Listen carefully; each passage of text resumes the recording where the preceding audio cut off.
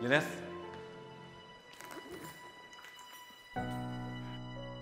Carlos.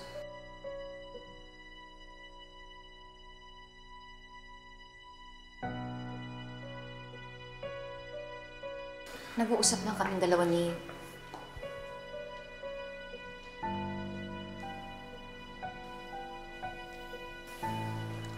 Wala sa akin yun, naintindihan ko. Pare, salamat at ligtas mo si Lynette. Hindi mo kailangan magpasalamat, Carlos. Mabuti at tinawagan ako ni Jiang Susan dahil hindi ka daw nila makontak. Oo nga, may operation ako eh. Pero kung nakontak nila ako agad, pupuntahan ko si Lynette. At gagawin ko lahat para sa asawa ko.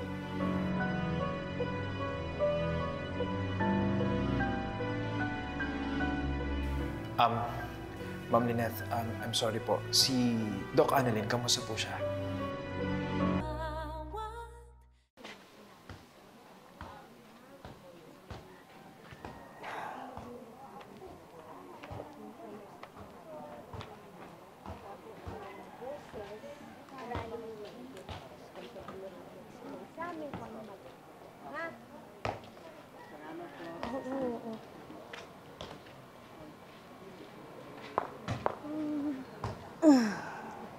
Sige ha, kita-kita tayo bukas ha. Salamat po, magsalamat po.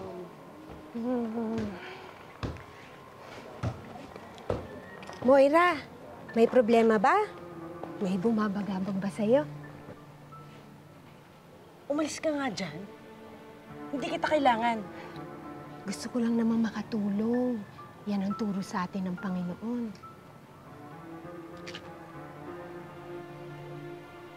Alam mo,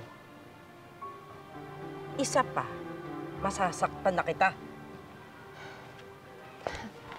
Moira! Pa! Alam kong punong-puno ng alinlangan ng puso at utak mo. Handa kang tulungan ng Panginoon. May kamag-anak ka bang may sakit o anak na nasa peligro? Pagdadasal natin. Sige nga, tignan natin kung gaano kang kalakas kay Lord.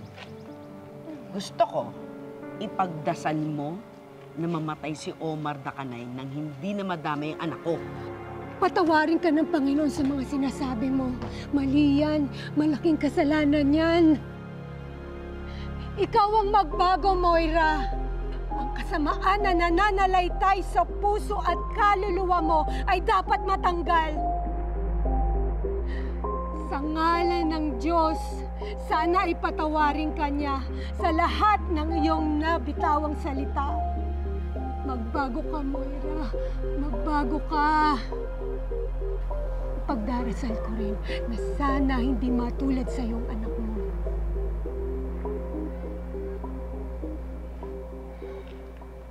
Ang dami mong kuda.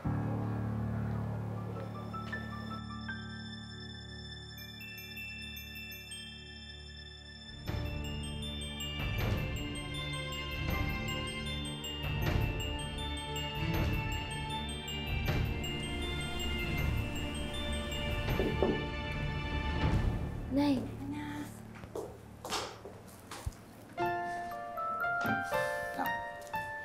Annalyn, kumusta na yung pakiramdam mo? Okay naman po ako, Dok. Hindi ko nga po kailangan magpa-confine eh. Anak, huwag matigas ang ulo, ha? Magpa-confine ka muna para makapagpahinga ka. Doc RJ, matigas po talaga yung ulo niyan. Pagsabihan niyo nga po. Ikaw talaga sumbongero ka. Huwag ka po maniwala dyan, Tay.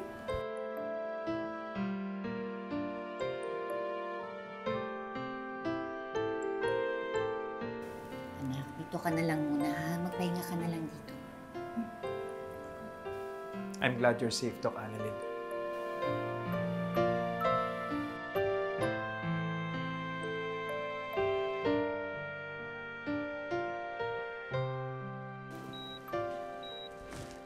Nurse Rona, cut 3 settings, okay?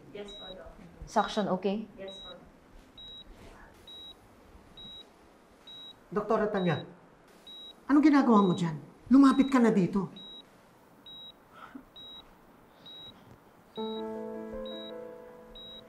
Dok, parang familiar sa akin tong taon to.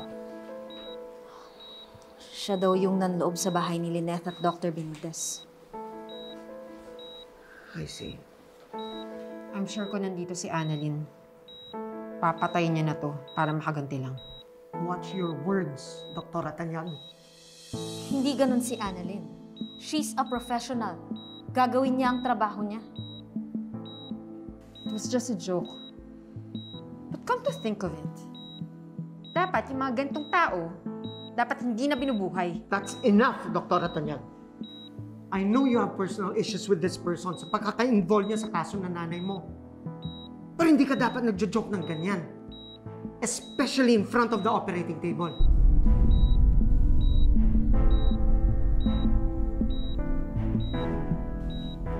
Sorry, Doc. I'm sorry din. But I'm asking you to scrub out.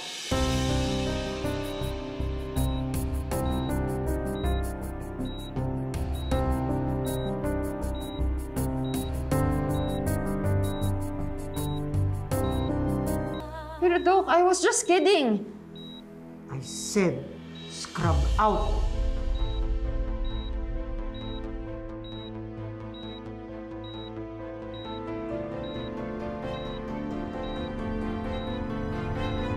Excuse me, Dr. Meneses, but we need Dr. Menor sa kabilang OR. There's a stat case. Her patient kailangan na po maoperahan agad. It's an emergency OR. Sige, ako na bahala dito.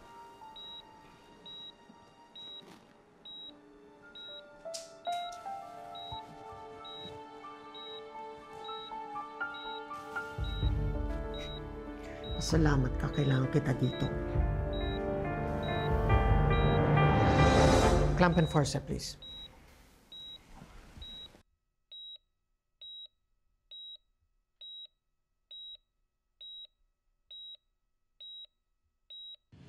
At siguraduhin mong hindi na siya makakalabas ng buhay ng operating room.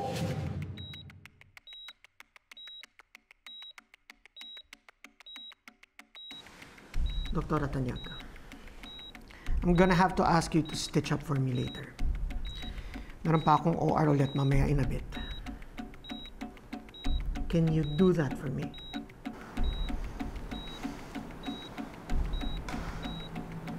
Yes, Doc.